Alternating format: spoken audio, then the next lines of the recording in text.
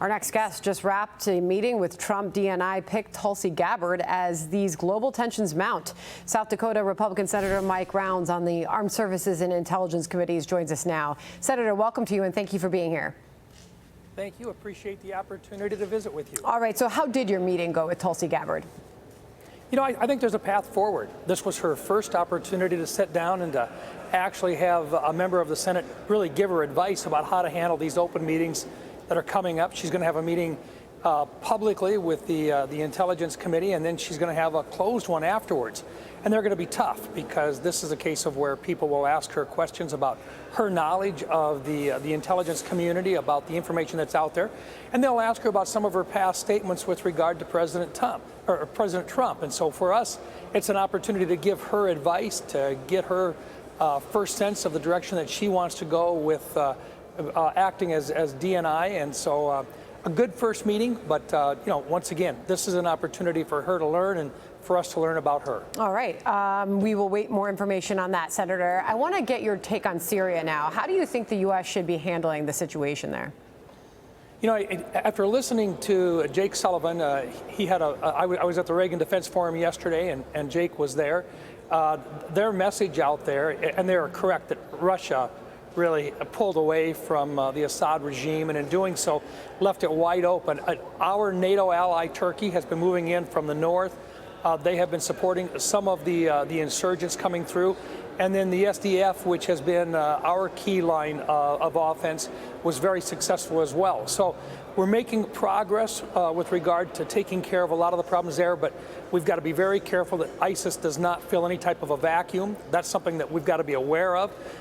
Israel, I think, comes out way ahead in this deal because they've had an opportunity to make their presence known and to literally step into some areas that had been handled by the United Nations before on that western area there in the Golan Heights region. So Israel, I think, came out way ahead on this thing. I think our ally, Turkey, has an opportunity now to get their zone on the south side of their country where they want to get kind of a no man's land established, a safe zone to protect against insurgents coming into Turkey. So the rest of it, we've got some real challenges yet. We've got over 900 men and women who are in harm's way in Syria yet, but they play a very important role in keeping ISIS at bay. Got it. I know that's a big concern for so many in the wake of all this. Meanwhile, Senator, more on President Trump's picks as he works his way toward the White House. What do you make of Pete Hegseth as President-elect Trump's pick for defense secretary? Have you decided where you are on that? I had a great meeting with Pete. I told him that I really thought there was a path forward for him to be confirmed. But I think the challenge for Pete is going to be responding in public to some of the allegations that have been made. And so my message is, look, let's go in, find out what those questions are. So many anonymous voices out there that have suggested these allegations. He's got to have an opportunity to respond to them. It's not fair for these folks to come in and stay anonymous and yet attack him. And so my message is get in front of the individual members, find out what their questions are, so that when the American people are watching and he has to face both Republicans and Democrats, he's well prepared and he can respond to those allegations. Are you optimistic? I mean, you just used the word was, that you thought there was a path forward for him. Yeah. And I do believe that there is a path forward for him. But the challenge for him will be that he's going to have to go before a case in which, in open session, there's going to be lots of questions asked by individuals who are concerned. But he's got an opportunity to do that, and I think it's just a matter of being prepared for them and answering truthfully under oath exactly what's going on. But does he have a path forward? Yes, he does. Does he have your support?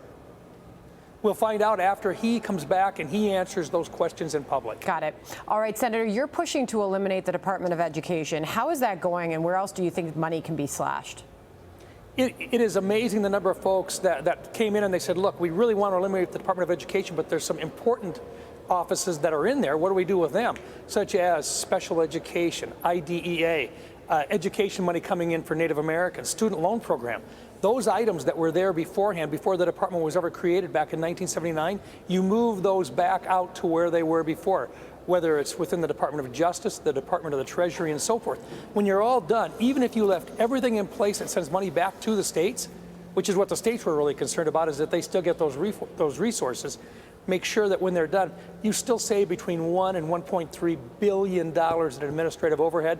And our goal is to get rid of that regulatory part of the Department of Education coming in telling, local school boards what types of bathrooms they've got to have and so forth. We can eliminate that.